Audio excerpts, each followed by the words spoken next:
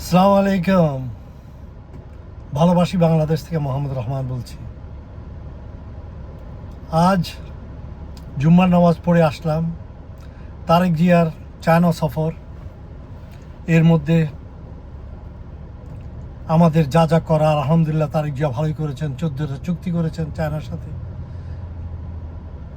আমাদের যা যা পাওয়া দরকার ছিল আলহামদুলিল্লাহ আমার মনে হয় সব কিছু উনি ঠিকভাবেই করেছেন। এবং আমাদের তিস্তা যে প্রকল্প, তারও মনে হচ্ছে সাইন করা হয়েছে বা হবে। এনিওয়ে, ভারতও তারেক জিয়ার চায়না সফরের পরে বাংলাদেশের জন্য ভিসা খুলে দিয়েছে, ট্যুরিস্ট ভিসা ওপেন করে দিয়েছে। 28 তারিখ থেকে ট্যুরিস্ট ভিসা হবে। এর অর্থ কি বুঝলেন? মায়ের উপর দেওয়া ওষুধ নাই।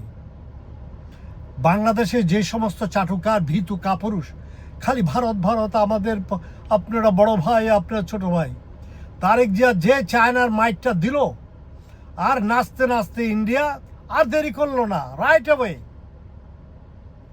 বাংলাদেশ ট্যুরিস্ট ভিসা, বাংলাদেশের জন্য ভিসা খুলে দিল।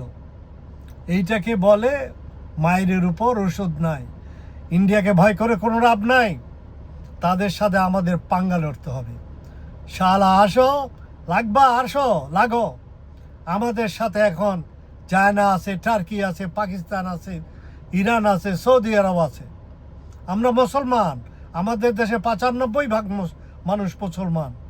1947 সালে যেসব হিন্দুরা দেশ গড়তে চায়, বাংলাদেশকে ভাঙতে চায় বা ভাঙার হুমকি দেয়, আরে তো এটা তো তোমাদের সাথে সেটেলমেন্ট হয়ে গেছে 1947 সালে।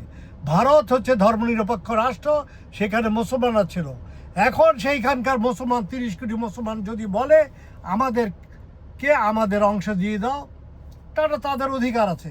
কিন্তু আমাদের 1947 সালে ইট ইজ ডকুমেন্টেড যে আমরা মুসলিম ভিত্তিতে দুই রাষ্ট্র গড়েছি, ভারত এবং পাকিস্তান। এবং পাকিস্তান থেকে আমরা আলাদা হয়ে আসছি। ভারতের সাথে আমাদের কোনো সম্পর্ক নাই এবং সম্পর্ক ছিল না। সেই সম্পর্ক 1947 সালে আমরা ত্যাগ করে চলে এসেছি। এখন পাকিস্তানের সাথেও আমরা সম্পর্ক ছেদ করেছি এবং বাংলাদেশ মুসলিম অধ্যুষিত বাংলাদেশ, একে কোনো সন্দেহ নাই।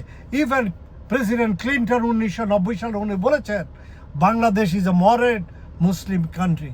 এতে অনেকের জ্বালা লেগেছে। যেই সমস্ত বাংলাদেশে হিন্দু সন্ত্রাসী, তোমাদেরকে আমরা হুঁশিয়ার করে দিতে চাচ্ছি, তোমরা বাংলাদেশে শান্তিপূর্ণভাবে বসবাস করো, নাইলে তোমাদের স্থান হবে জেলখানায়। তোমরা বাংলাদেশকে অশান্তি সৃষ্টি করবে, বাংলাদেশ পরিবেশ নষ্ট করবে, বাংলাদেশে হানাহানি কিলাকিলি আওয়ামী লীগের সাথে মিলে তোমরা ষড়যন্ত্র করবে, তোমাদের আওয়ামী লীগের উভয়ের স্থান হবে জেলখানা। তো মনে রাখো, বাংলাদেশে মানুষ জেগেছে, বাংলাদেশে বিপ্লব এখনো চলছে, বিপ্লব চলবে যতদিন পর্যন্ত আমরা ভারতকে বাংলাদেশ মুক্ত না করি। ইনকিলাব জিন্দাবাদ, বাংলাদেশ জিন্দাবাদ। Tarique Zia, thank you much for your China visit, and we hope inshallah Tareq Jia you progress, and we pray for you as long you are in right track. Assalamu alaikum.